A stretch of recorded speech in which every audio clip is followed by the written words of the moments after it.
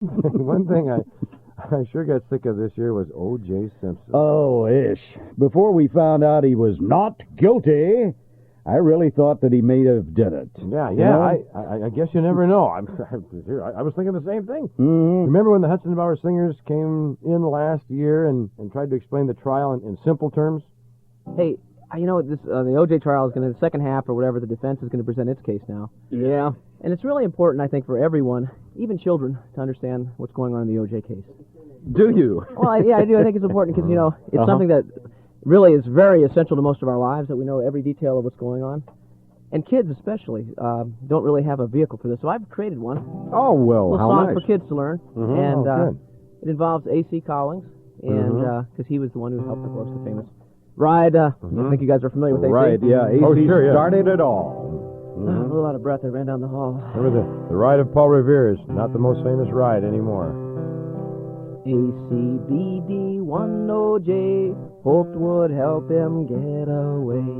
Headed south to Mexico in the BRONCO. Gotta get this thing out of my way here, excuse me. Okay, it's all right. COJ on DTV, SOL now OJB. LADA say YIC, OJ on DTV flee. OJ say UCDA, AC make me run away. D say DA, he say ACY, AC he say OJ lie. OJEB in a mess, CDD and ABS. DOAS OJB, F not for Johnny and F Lee. NFL NBC2, now say OJ who?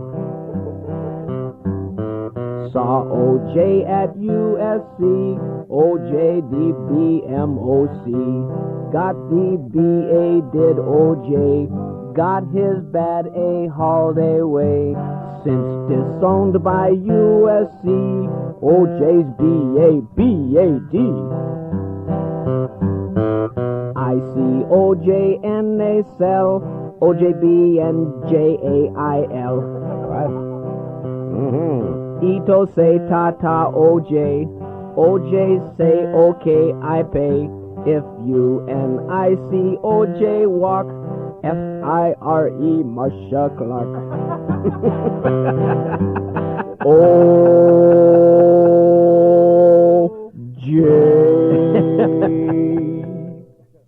Well, I guess they didn't fire Marcia, but listen, with all the book and movie deals she's going to have going, she couldn't care if they did. Probably not. Hey, boys, Hmm? I've got something here. I've got a little memory I'd like to put on this tape. Oh, really, Mother? Boys, KFMB, yes, Mother. that's exactly what my story is about this morning. What is that? The incredible difference a person can make in your life, especially when you're at a young age. Hmm. And a man sent me this story Uh-huh. about him, his life. This is an inspiring When story. he was very young, in first grade, as a matter of fact. Oh, yeah. Yeah. Child just entering into real life. Yeah. In first grade, Mr. Lohr said that my purple teepee wasn't realistic enough. That purple was no color for a tent. That purple was a color for people who died. And that my drawing wasn't good enough to hang with the others. That's a terrible thing to say to a first-grade child. Well, I walked back to my seat counting the swish, swish, swishes of my baggy corduroy trousers. Hmm. And with a black crayon, nightfall came to my purple tent in the middle of the afternoon. Oh. In second grade, Mr. Barta said, draw anything. He didn't care what.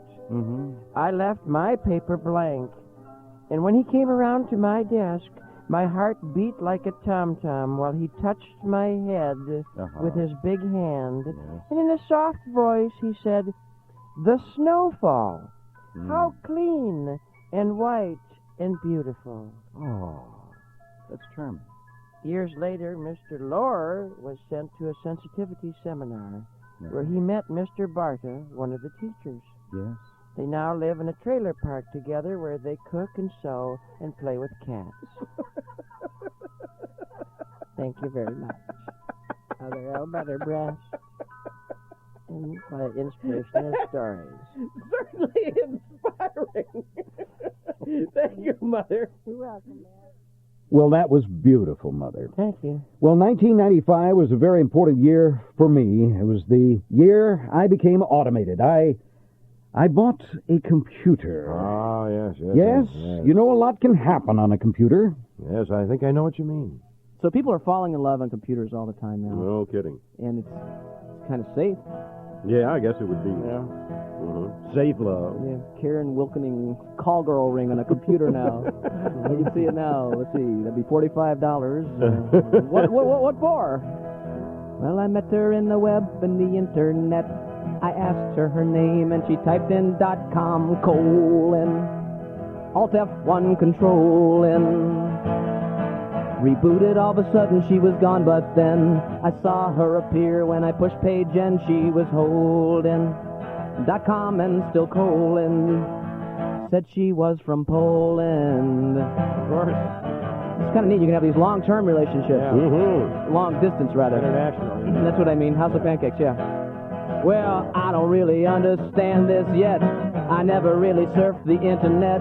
These cyberspace relationships are new. I don't know email from an emu. Now, I never fell in love through a screen, but when I saw her picture on my fax machine, I got frisky about Gertrude Romanisky.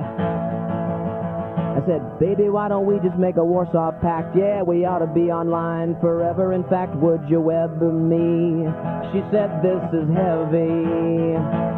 Well, we set a webbing date that afternoon. We got a private AOL chat room. We were happier than ever before. Our house has lots of windows and we don't need a door. Yeah, our babies are both growing up on CompuServe, 2 megabytes each, and we may have a third. My computer might have to be neutered.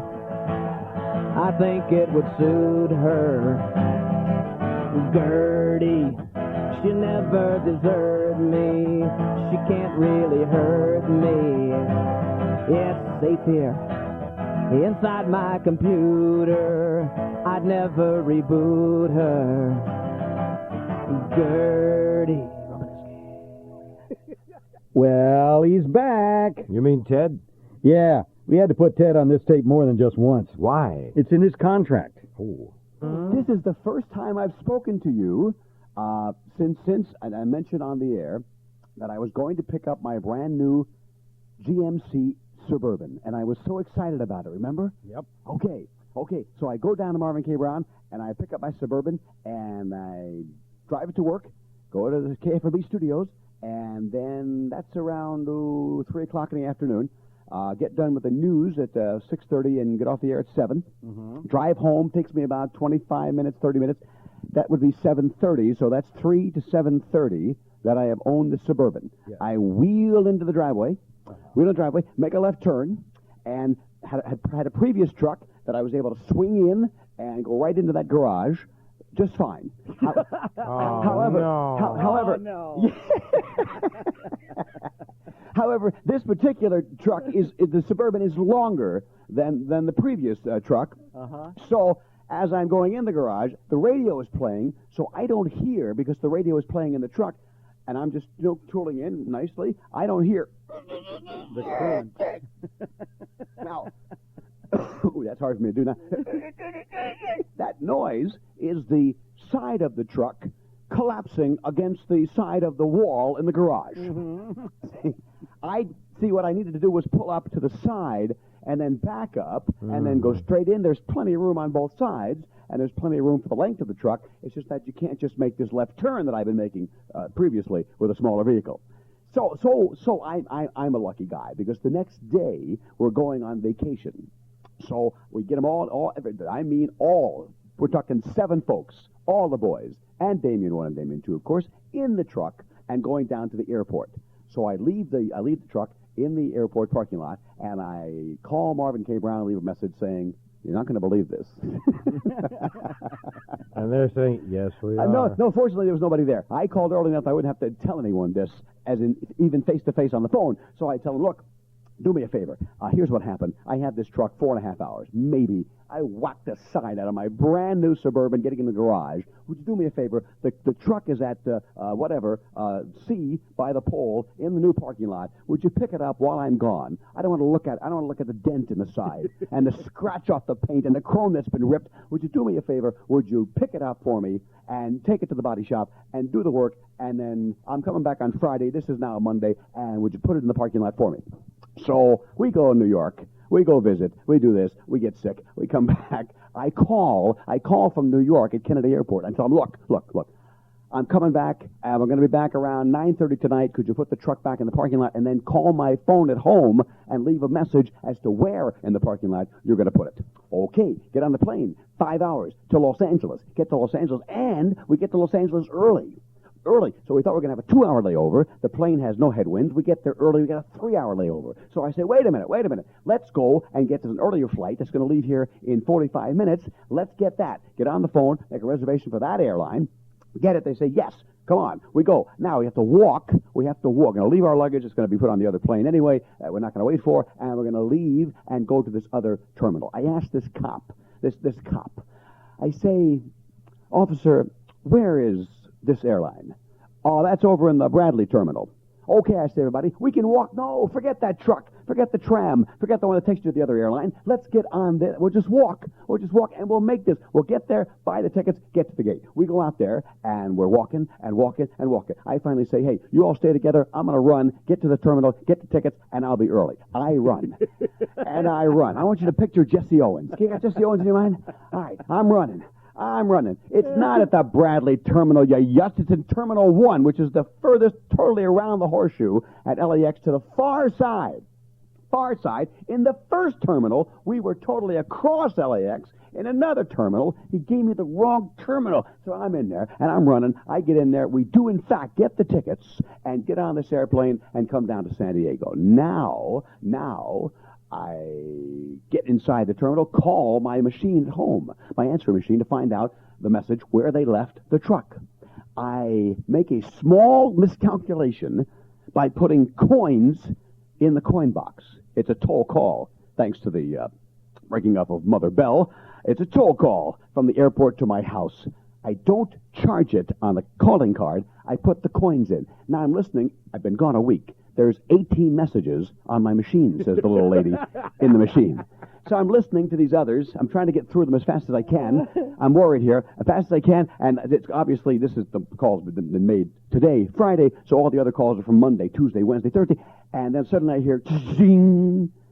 Now, when the coins in the coin box fall down at the end of 3 minutes and interrupt me, it interrupts my message machine in the phone, breaks down the entire computer, and I'm disconnected. So I hang up. This time I use the calling card and call back, but I cannot get back into my machine at home because the computer has gone down when the coins in the coin box breaks down. I can't call my own machine to find out where the truck is. Now, after trying about a half hour to get back into my phone, I start walking through the parking lot, the entire parking lot, on this night before Christmas, and all through the lot. Many trucks were parked, and I'm going nuts. I'm walking through the entire parking lot. I can't get into my own phone machine to find out where the truck was put by these good people who went all the way down there, picked it up, brought it back, did the body work, put it back, did in fact leave me a message on my phone machine where the truck was. I go through the entire parking lot. Finally, I hit upon this beautiful new GMC Suburban. I open the door. I told them, by the way, I'm leaving the keys inside. I know this it's unsafe, but I'm leaving the keys inside, and leave the keys in it when I leave it, and lock the door. Don't lock the door. Don't lock the door. I can't get in. I'm leaving all my keys in there. They lock the door. I don't know where the keys are. I'm looking all over the truck. I can't find the keys. I go inside to the baggage guy at this airline and say, did Marvin K. Brown leave a set of keys here? No. Have him call over to Will Call at the ticket counter. No, can't find it. As I'm leaving, he does in fact see a little envelope underneath the desk there that has my keys.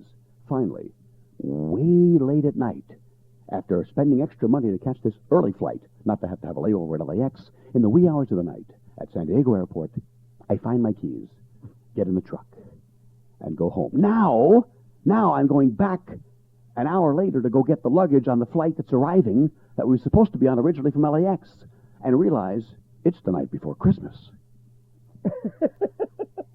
As I get on Harbor Drive, I realize when it's backed up 9 miles and the line that I'm in, this is the night before Christmas.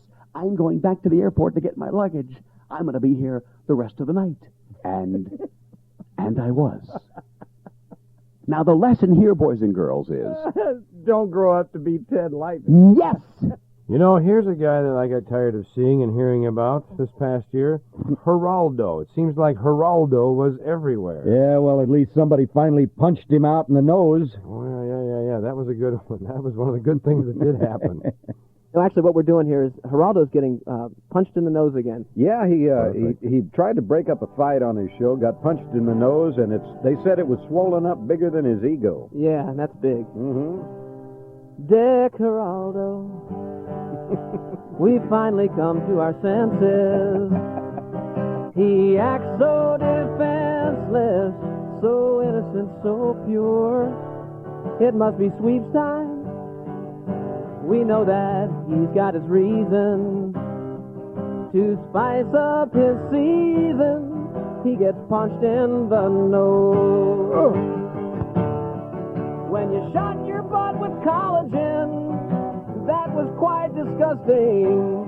And when you went to Hoffa's empty to my left, white supremacists already had done your nose busting. Was thinking of something new, too much to ask.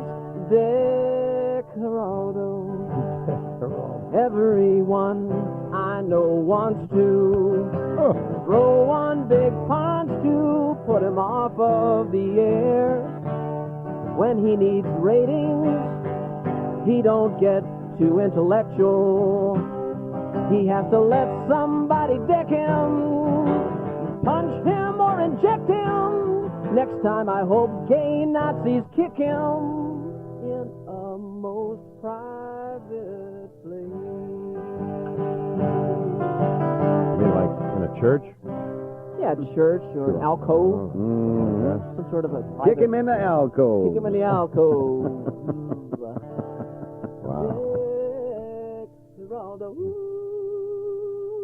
Beautiful, Glenn. And now it's time for the OJ Minute, brought to you by Minute Maid, the juice loves to drink. Prosecutors in the OJ trial, counting down to their finale, have been weaving a web of hair and fiber evidence that they say links OJ to the crime scene. Using a microscopic technique to study the cap found at the scene, criminal has found Simpson's hairs, carpet fibers from the Bronco, the navel end of a Portuguese woman, a piece of cotton candy, some peach fuzz, half a dog's tail, a rabbit's foot, a chia pet, and a pair of fuzzy slippers. Quote Judge Ito, "It's a wonder anyone was even able to get that hat on." OJ began laughing hysterically and pounding his head on the sidebar. Judge Ito had the bailiff rough the juice up a bit and later said it felt good to see OJ get a whooping. In other news, for the third time, Marcia Clark emphatically refused to have F. Lee Bailey's baby out of wedlock. Apparently, Bailey's lost all interest in the case and is merely hanging on, hoping to gain the favor of the lovely Marcia. By the way, yesterday, Mrs. Clark appeared in court wearing boots from Gucci, a pair of dittos from The Gap, and a chambray tube top from Mervyn's. Her hair was in a bouffant style, and her clothes seemed to express the inner longing to be freed from stress. Robert Shapiro wore a black pinstripe suit with conservative tie and white fitted shirt. Judge Ito wore a black robe.